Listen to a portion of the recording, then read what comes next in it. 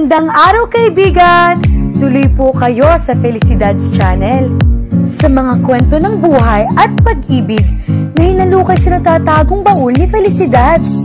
Pero bago po tayo magpatuloy, huwag niyo pong kalilimutan na i-like ang video, i-subscribe ang channel, at i-click ang notification bell para lagi kayong updated sa mga parating pa na upload.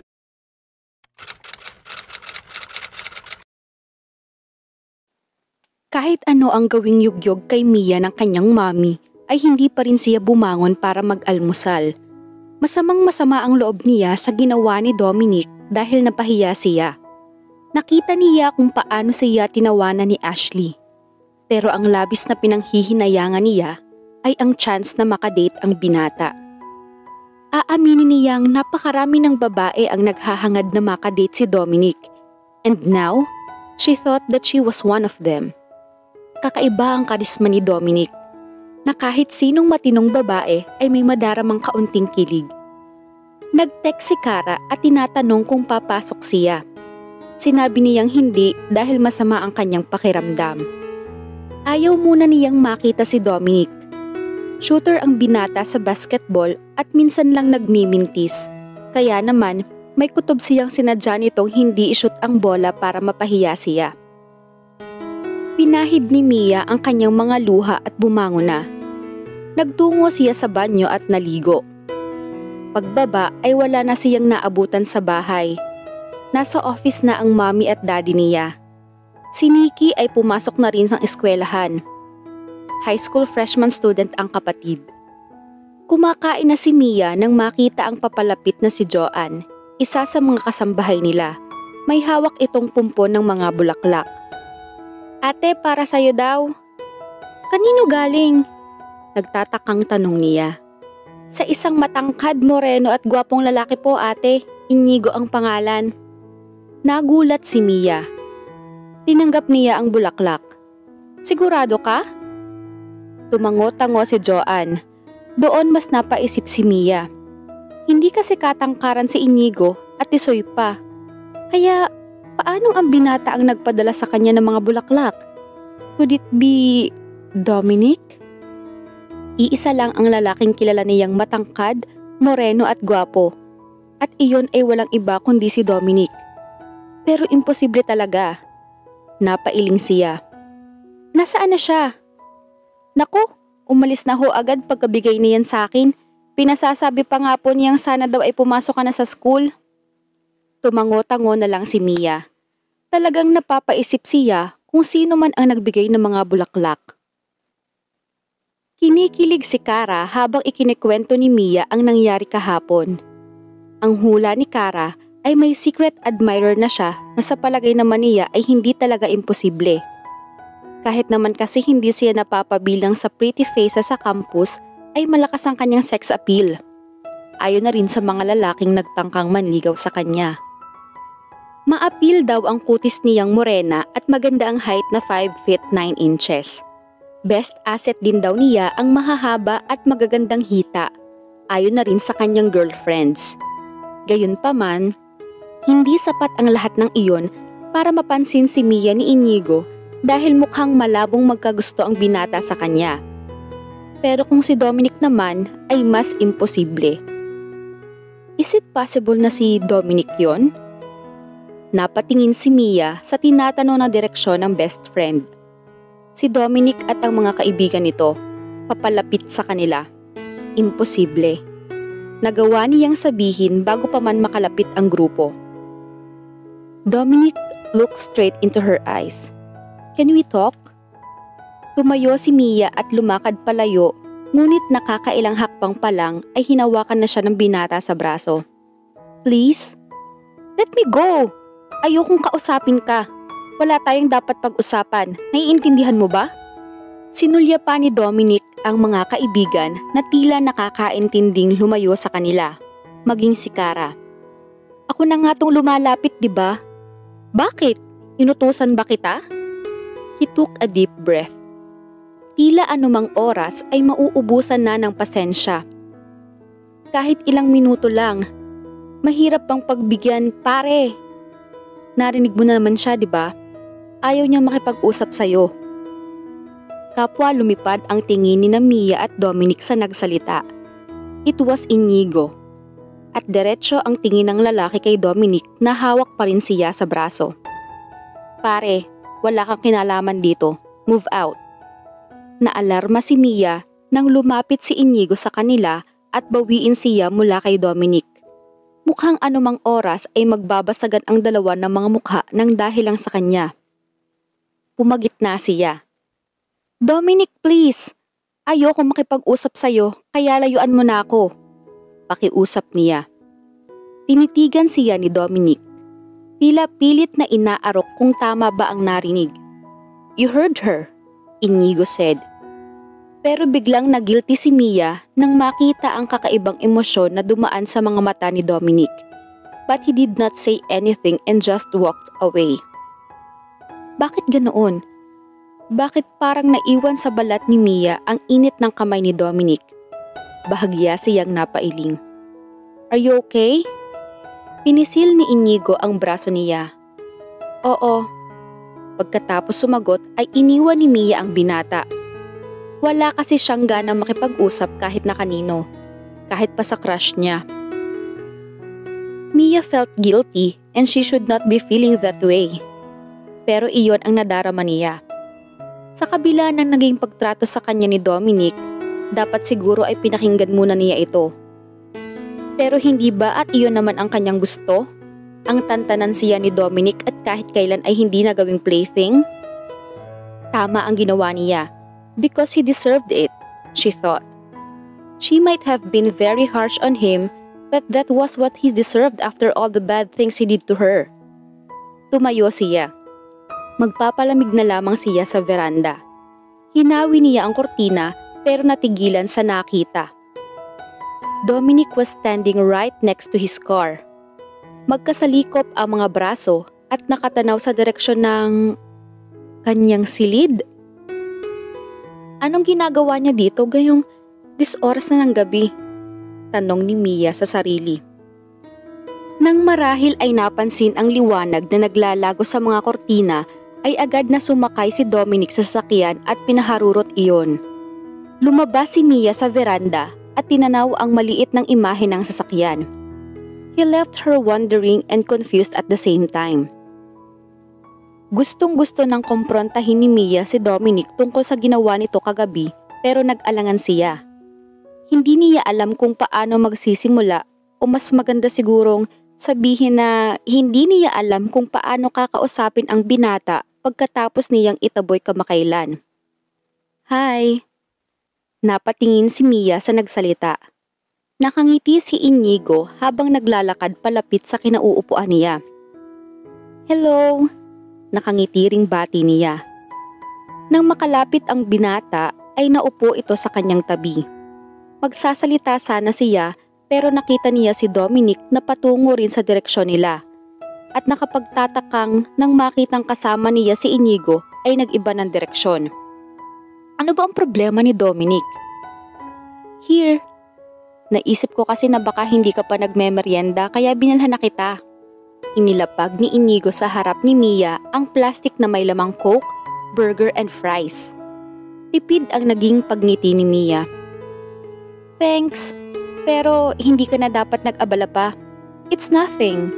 Natural lang naman siguro sa isang nanliligaw ang gawin ng bagay na to. Ha? Gusto niyang makasiguro na tama siya sa narinig. He smiled shyly and he grabbed her hand and caressed it gently. And then, Dominic suddenly entered her mind. Teka, bakit nga ba niya iniisip pa ang mokong na iyon? Mia, I want to court you. Oo, noon, hindi ko napansin ang mga pagpapakyut mo sa akin. Pero na-realize ko na lang lately na attracted na ako sa'yo. I can't help it. Palagi kang nasa isip ko. Kung noon siguro sinabi ni Inigo ang mga salitang iyon, malamang ay pinanawan na si Mia ng ulirat sa sobrang kilig. Pero ngayon ay hindi na siya nakakaramdam ng saya. Pilit ang ngiting ibinigay niya kay Inigo. Hindi na niya makapasa dibdib ang kailan lang ay labis na paghanga rito. Gusto niyang bawiin ang kamay pero hindi niya ginawa lalo na nang makita si Dominic na palapit na naman sa kanila. Madilim ang anyo ni Dominic habang nakatitig sa kanya. Pero nang makalapit ay nginitian siya. And gosh! Kakaiba ang dating ng ngiting iyon sa kanya. Hi Mia, may I have a minute of your time? May sasabihin lang ako sa'yo. Sana sa pagkakataong to, pagbigyan mo na ako. Napasinghap si Mia. He held her gaze as he gave another smile. She could not say a word, lalo na nang hawakan nito ang kanyang kamay at igiya patayo. Hindi na naisip ni Mia si Inigo dahil pakiramdam niya, nang mga sandaling iyon ay silang dalawa lamang ni Dominic ang nasa mundo. Walang nagawa si Mia nang ipasok siya ni Dominic sa kotse. She felt like she had been hypnotized by him.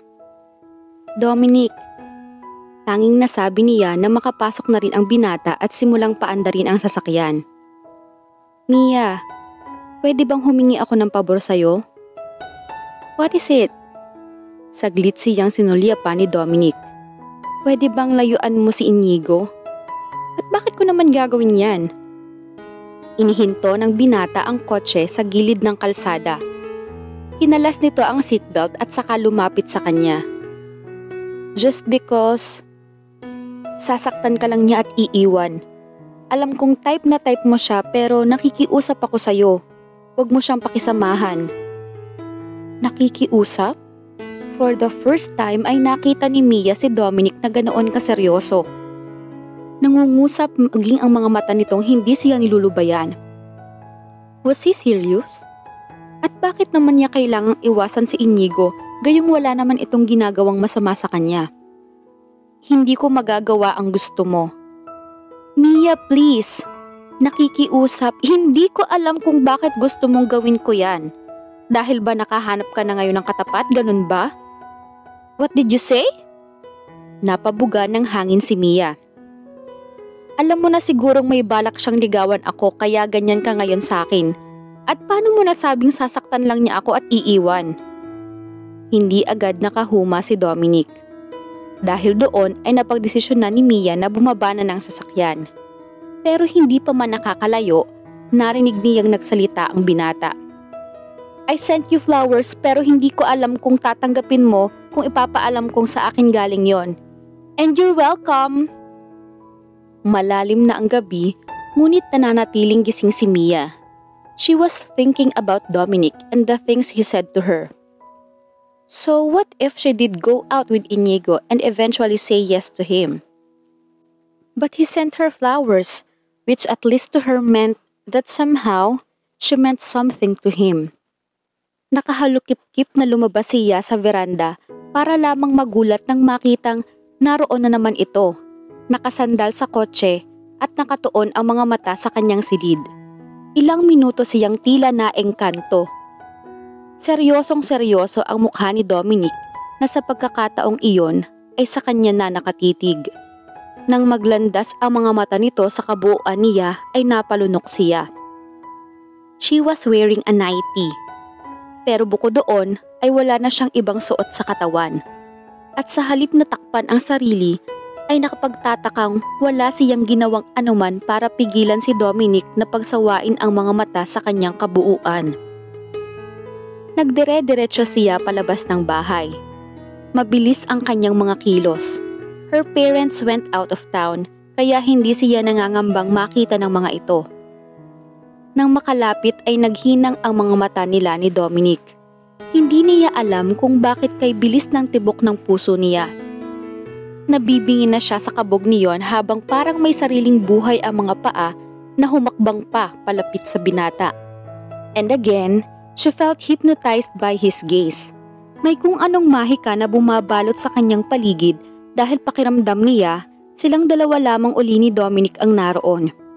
Hindi siya nagprotesta nang hapitin ng binata at walang sabi-sabing angkinin ang mga labi niya.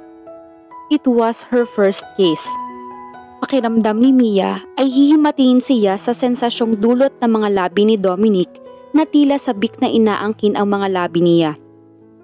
She should have protested, pero hindi gumagana ang kanyang isip. Natagpuan na lamang niya ang sarili na tumutugo ng walang kasing init. The kiss was so sweet that she would trade anything for it. It was a piece of heaven. She held his nape as he did the same to her. He started to deepen the kiss, and she was electrified with the sensation it brought. What was happening to her? Pareho silang humihingal ng maghiwalay. I'm sorry sa lahat. Now, just go back inside. Malamig na, baka magkasakit ka.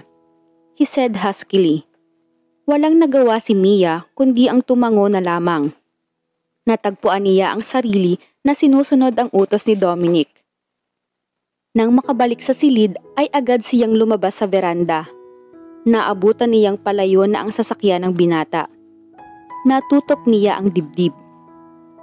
God! What just happened was magical. Totoo ba yung nangyari? Talaga bang naghalikan kami ni Dominic? Na parang wala kaming pinagtalunan? Dinaman ni Mia ang mga labi. They were still moist from his kiss. A smile was plastered on her lips as she lay down on her bed. Duda niyang makakatulog pa siya pagkatapos ng nangyari. Naghilamo si Mia sa ikatlong pagkakataon. Gusto niyang kumbinsihin ang sarili na panaginip lang ang lahat na nangyari kagabi, ngunit malinaw na malinaw iyon sa kanyang isip. She and Dominic really did kiss last night. Tumitig siya sa refleksyon sa salamin. Blooming siya kahit kulang na kulang ang tulog. Inayos niya ang sarili at pumasok na sa school. Umiwas si Mia nang makitang naglalakad pa sa lubong sa kanya si Dominic. Hindi niya alam kung ano ang gagawin. Nagsisirko na naman ang kanyang puso. Tumalikod siya at umaktong lalabas uli ng gate. Nang sa wakas ay lumiko si Dominic ay nakahinga siya ng maluwag. Hindi pa talaga niya kayang makausap ang binata pagkatapos ng nangyari. O ayaw lang niyang marinig ang mga sasabihin nito tungkol doon. Sisi! Napahinto si Mia sa paglalakad sa hallway nang marinig ang malakas na pagtawag ni Kara.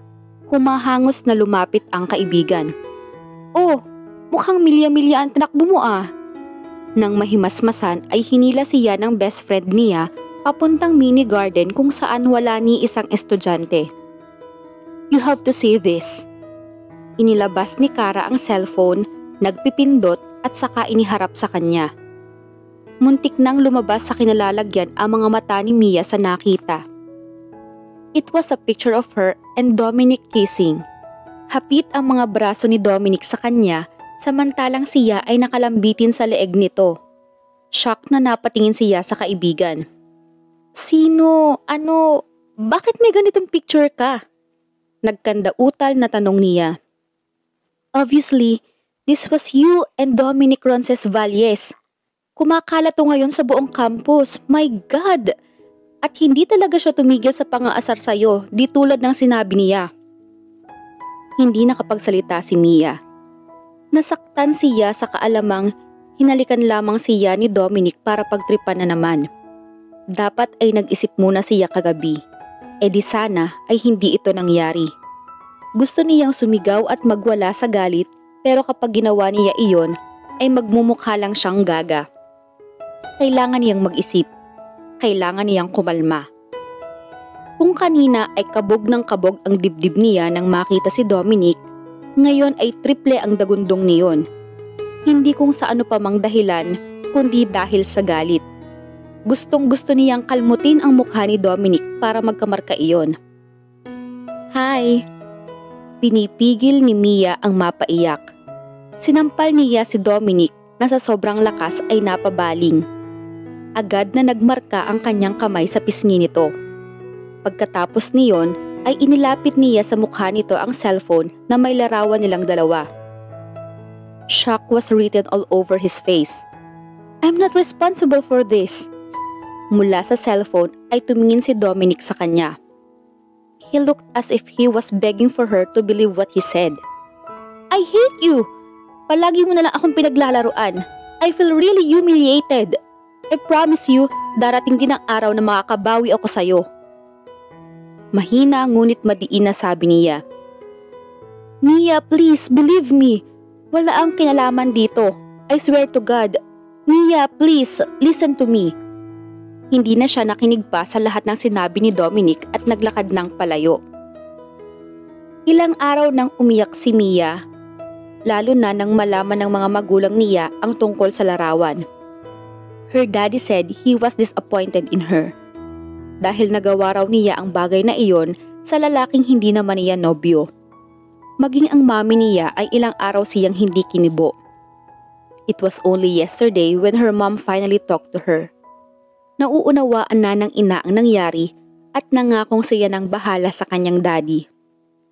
Pagkatapos ng isang linggo ay nagpunta na ang mga magulang ni Mia sa Los Angeles para bisitahin ang mga kamag-anak nila. Gusto man niyang sumama ay hindi pwede dahil graduating na siya. She needed to stay in the Philippines. Sisi, okay ka na ba? Pumasok ka na kaya sa school? Tatapusin pa natin ang thesis natin. Halos araw-araw ay tinatawagan si Mia ng kanyang best friend para kumustahin, pero ngayon lang niya nagawang sagutin ang tawag nito. Masama pa rin ang pakiramdam niya dahil sa nangyari. Oo, papasok na ako ngayon, Sisi. Sorry, nagiging cause of delay pa ako ng thesis natin. Don't worry, okay na ako. Sagot na lang niya kahit maging siya ay hindi kumbinsido sa huling sinabi.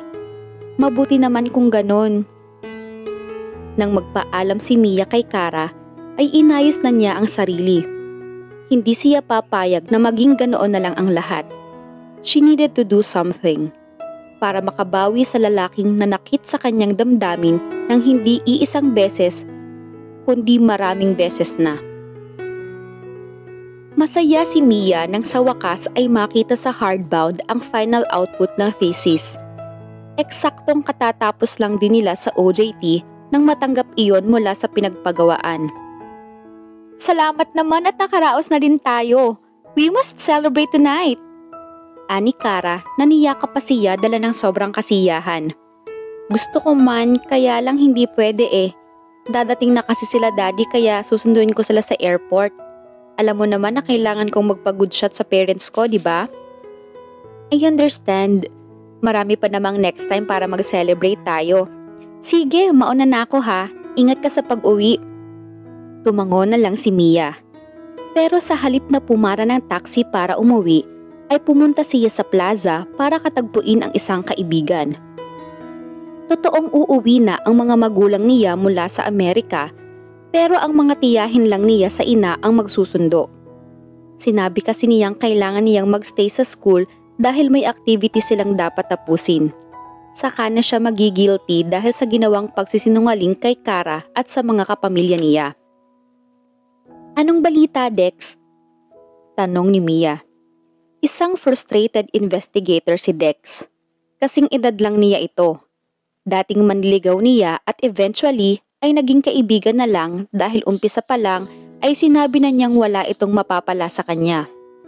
Months later, nagpunta si Dex sa kanya at inaming napilitan lamang ito na ligawan siya dahil na-pressure na sundin ang gusto ng ama, na isang sundalo. At iyon nga ay ang magka-girlfriend na. But Dex was a girl trapped in a man's body. Naintindahan naman ni Mia ang kaibigan kaya pinatawad din agad niya. Mabuti na nga lang at wala talaga siyang naramdaman sa kaibigan dahil kung oo, tinamaan na siya ng lintik. Naging matalik na silang magkaibigan ni Dex mula noon. At nang maikwento niya ang ginawa ni Dominic isang araw na nag-usap sila sa telepono, ay hindi na nagpatumpik-tumpik pa si Dex at sinunod ang gusto niyang gawin ito. And that was to keep an eye on Dominic. Speaking of Dominic, isang linggo na niyang hindi nakikita ang binata. Aalis siya ngayon. What do you mean by that? Nagtatakang tanong ni Mia. Naupo sila sa pandalawahang bench na naroon sa plaza.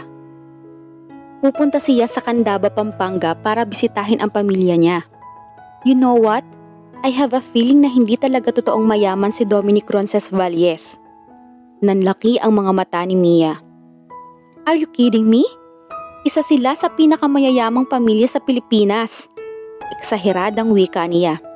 Kaya nga, mula nung magmanman ako sa kanya, palagi ko siyang nakikita na kumakain lang sa isang turo-turo. Gawain ba yon ng isang rich guy like him? Well, this is your time to find out na tama ako. Sundan mo siya sa San Vicente at doon mo lang malalaman kung tama o mali ang hinala ko. Napaisip siya. Bakit hindi na lang ikaw? Tumikwas ang isang kilay ni Dexter. Aba naman Mia Margaret, kaunting hiya naman dyan. Natatawang hinampas niya ang kaibigan sa balikat na muntik na nitong ikalaglag sa lupa. Sobrang payat kasi ni Dex. Aray ha, kung makahampas naman. Sorry! Sige ako na nga. Salamat sa tulong mo girl. Ayon na rin sa lahat ng mga ibinigay ni Dexter na impormasyon, ay nalaman ni Mia kung saan totoong nakatira si Dominic. Mula sa bahay nito sa Solomon Village, ay nagawa niyang sundan ang binata papuntang Pampanga, partikular na sa San Vicente. Gamit niya ang lumang pick-up ng kanyang daddy na itinakas lamang niya. Hindi siya nagpaalam sa mga magulang dahil alam niyang hindi siya papayagan. Lalo na kung malalaman ng mga itong sangkot si Dominic sa kanyang lakad. Mainit pa ang dugo ng daddy at mami niya kay Dominic. Isa lang naman ang gusto niya. At iyon ay ang mapatunayan ang sinabi ni Dex tungkol kay Dominic. Totoo kayang hindi naman talaga kabilang sa alta sosyedad ang pamilya ng huli at nagpapanggap lamang ito? She needed to know the truth. Tiyak na iyon ang magiging isang malaking kasiraan ni Dominic kung totoo man. Iniliko ni Mia ang pick-up nang lumiko ang sasakyan ni Dominic. Sa haba ng biyahe ay ginutom siya. Mabuti na lamang at prepared siya dahil nasa passenger seat sa harap ang bag na puno ng pagkain. Bukod pa sa bag na naglalaman mismo ng kanyang mga gamit. Nagdala siya ng mga damit at pagkain na good for 3 days.